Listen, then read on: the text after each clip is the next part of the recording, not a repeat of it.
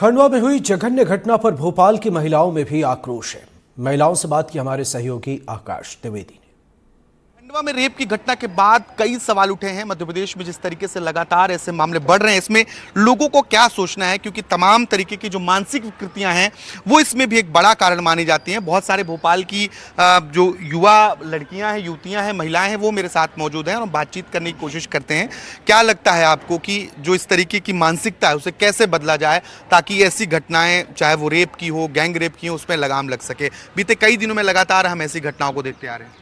मेरा ये ख्याल है कि हम जो युवा हैं हमें उसके बारे में और ज़्यादा बात करनी चाहिए और हमें गवर्नमेंट से भी ये बोलना चाहिए कि उन्हें इन सब चीज़ों को लेके लाइटली नहीं लेना चाहिए इस टॉपिक को, क्योंकि हम देखते आ रहे हैं कि ये रेप केसेस बहुत टाइम से चल रहे हैं। तो हमें ये देखना चाहिए कि हम उस बारे में बात करें, हम उस लोगों को अवेयर करें कि हमें इन सब के बारे में बात करनी चाहिए। हम बात करते हैं टीवी शोज़ की, हम कॉमेडी शोज़ की बात करते हैं, लेकिन हम इन मेन चीज़ों के बारे में बात नहीं करते जिसके बारे में लोगों को पता चलना चाहिए।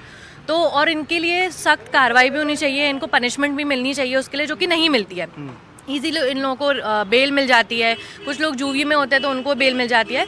तो मेरे ख्याल से कि इस कानून को ज़्यादा सख्त होना ज़रूरी है इस पर। कई बार हम अपने सामाजिक परिवेश में देखते हैं कि लड़कियों को बड़ा पाबंद रखा जाता है। क्या उतनी पाबंदी लड़कों पर भी जरूरी है? आई थिंक मेरे दोनों ही बच्चे हैं, लड़के भी हैं, लड़का भी है और लड़की भी है।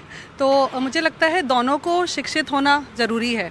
तो अगर अपन बच्ची को सिखा रहे हैं तो बेटे को भी सिखाना ज़रूरी है।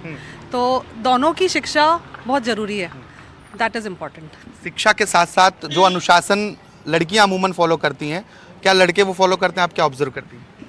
आई थिंक चेंजेस आ रहे हैं और अपन ही लाएंगे changes. Like you know, if I talk about myself, मतलब मैं भी चेंज लाऊंगी as a parent, as a teacher. मुझे लगता है कि हम ही चेंजेस ला सकते हैं। बिल्कुल, समाज में बदलाव हम सबके प्रयास से होगा। मीता जी हैं, आप तो सामाजिक कार्यकर्ता भी हैं। ये पूरी घटनाक्रम जो है और इसके पहले जो घटनाएं हमने देखी हैं, क्या समझती हैं आप मैम? क्या इतनी खराब मानसिकता हो चुकी है कि लोग अपने परिचित के साथ भी सुरक्षित नहीं है?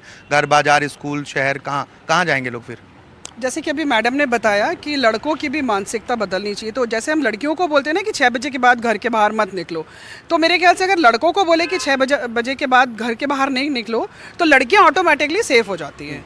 तो ये चीज़ें बचपन से सिखानी बहुत ज़्यादा ज़रूरी है। दूसरा, हम हर महीने, हर रोज़, हर दिन एक नया केस और 4 नए लोग और इन्वॉल्व हो जाते हैं। क्यों हो जाते हैं? क्योंकि उनको डर ही नहीं लगता है।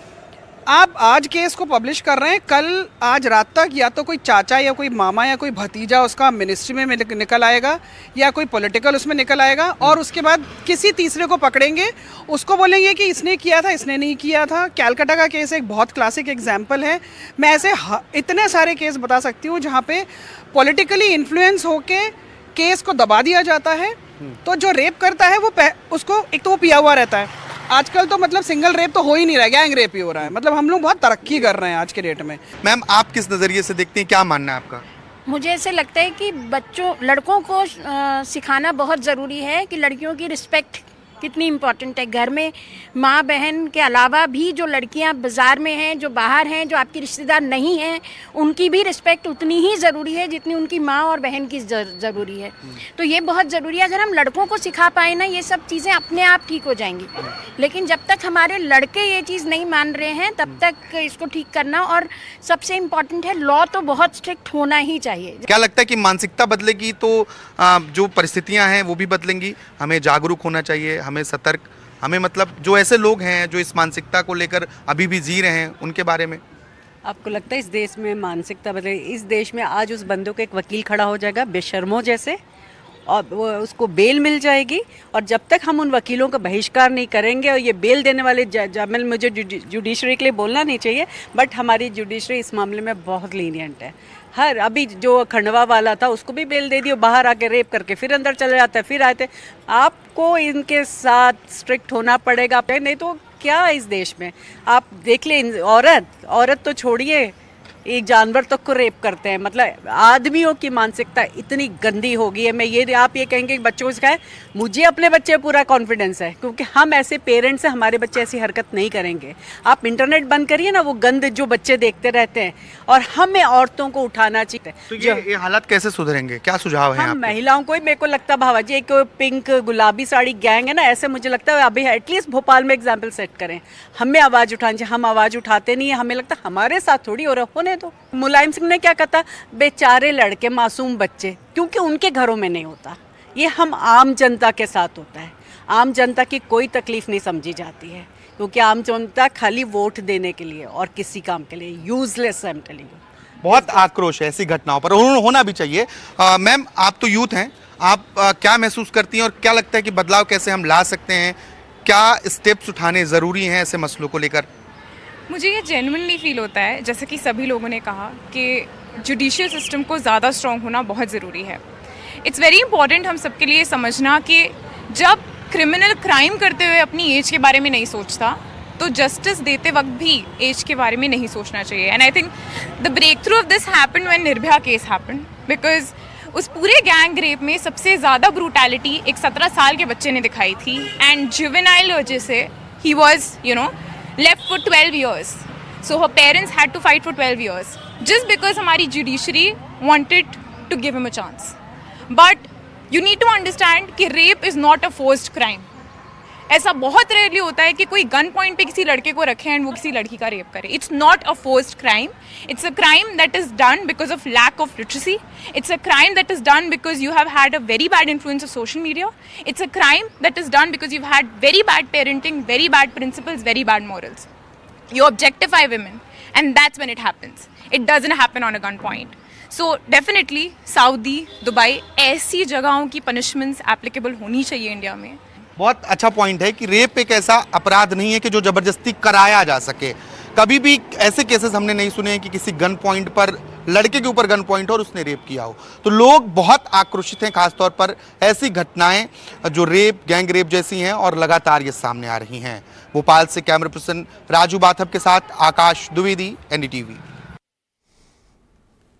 एक और निर्भया कांड, खंडवा में हुए रेप कांड को लेकर महिलाओं में चिंता है, आक्रोश है. सहयोगी देव श्रीमाली ने बातचीत की है, सुनिए आप.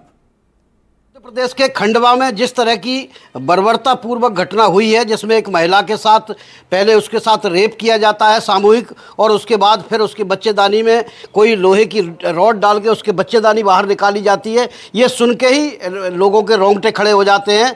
और एक बार फिर जो दिल्ली में निर्भया हत्याकांड हुआ था उसकी याद आ जाती है. और बार बार ऐसी घटनाएं क्यों होती हैं, आखिर ये समझ में नहीं आता है. मध्य प्रदेश ऐसा जिला राज्य है जहां हर रोज़ 20 रेप के केस दर्ज होते हैं, तो इन पर अंकुश क्यों नहीं लग पा रहा है. हम ग्वालियर की कुछ प्रबुद्ध महिलाओं के साथ हैं और हम उनसे ही जानना चाहते हैं कि आखिर इसकी वजह क्या है. हमारे साथ नीता पहाड़िया जी हैं जो महिलाओं पर बहुत अच्छी पेंटिंग बनाती हैं, राष्ट्रीय स्तर की पेंटिंग इनके पास बनाती हैं. तो हम उन्हीं से भी बात करते हैं कि आखिर ये मतलब क्या सोचती हैं. ये जो आप तो खैर इतनी बड़ी पेंटिंग भी बनाती हैं, महिलाओं को जागरूक करने का काम भी करती हैं, ये इस तरह की घटना आखिर क्या लगता है आपको इसको?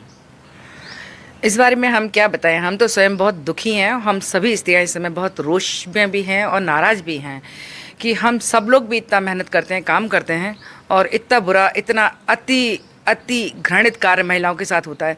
आज महिला डॉक्टर भी हैं, पढ़ी लिखी हैं, इंजीनियर हैं, हर फील्ड में इतनी आज तो खुद महिलाओं ने अपनी दिखा दी है कि कितना मोदी जी ने हमारे को 2 महिलाओं को मौका दिया कि हमने पूरे संसार में हमारे देश की महिलाओं ने नाम कर दिया. और फिर भी हम महिलाओं को आज इसी दृष्टि से देखा जाए तो ये क्या है, हम कैसे अपने बच्चों को, अपने सबको बाहर निकालेंगे.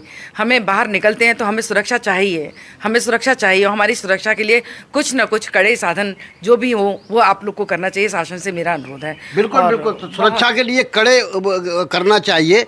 ये इस तरह की घटनाएं तमाम सरकार की प्रयास भी होते हैं, लेकिन रुक क्यों नहीं रही हैं, आपको क्या लगता है? रुकने का तो नहीं, रुक रहे हैं. कैसे रोकें क्योंकि आजकल का जो माहौल है, जो आजकल जो मीडिया जो उनको परोस रही है. पहली बात तो ये देखो ना आप, क्या सोशल मीडिया है, क्या परोसा जा रहा है. जो देख रहे हैं वो सीख रहे हैं, वो हो रहा है. उसके लिए सरकार को भी सोचना चाहिए कि किस तरीके से हम अपने बच्चों को सिखाएं, संस्कार दें. बस ये जो घटना हुई है जी, वो घटना के बाद आपको कैसा लग रहा है, और क्या आपको लगता है कैसे इस पर अंकुश लगेगा? ये घटना तो बहुत ख़राब है, ऐसा तो होना ही नहीं चाहिए किसी भी महिला के साथ में.